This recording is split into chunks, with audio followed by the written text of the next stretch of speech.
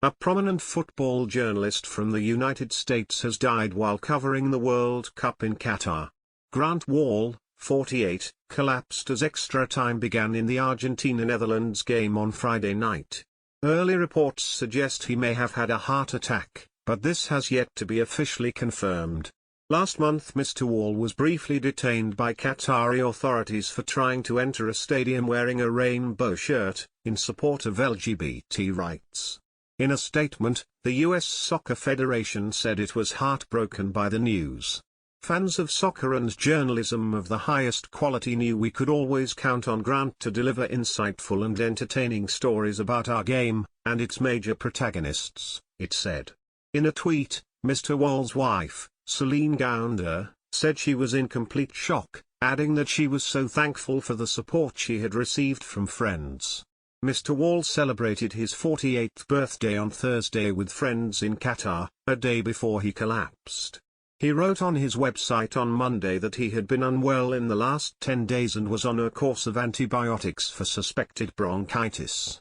"My body finally broke down on me," he wrote.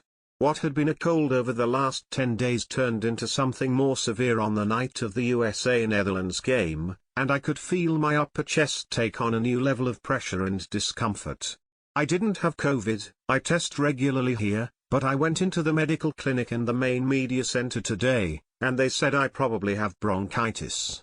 FIFA President Gianni Infantino said Mr. Wahl's love for football was immense, adding that his reporting would be missed by all who follow the global game.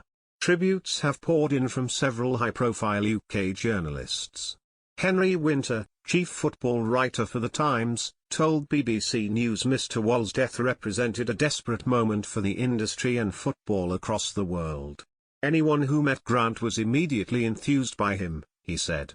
He was so passionate about the game, passionate about the industry. He promoted soccer in the United States, probably one of the reasons they're going to be such good hosts of the World Cup in 4 years' time is because of his passion, his writing, his almost evangelical zeal to promote the sport in his homeland and to also get behind the men's national team and women's national team.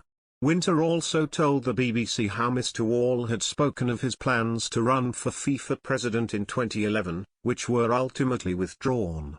BBC Sports' Dan Roan tweeted, "Grant Wahl was a renowned and hugely respected journalist, and the flood of tributes is testament to the esteem in which he was held."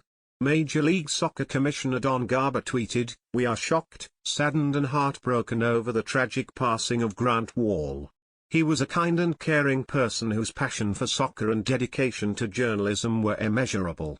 U.S. tennis icon Billie Jean King also paid tribute to Mr. Wahl, describing him as an advocate for the LGBTQ community and a prominent voice for women's soccer.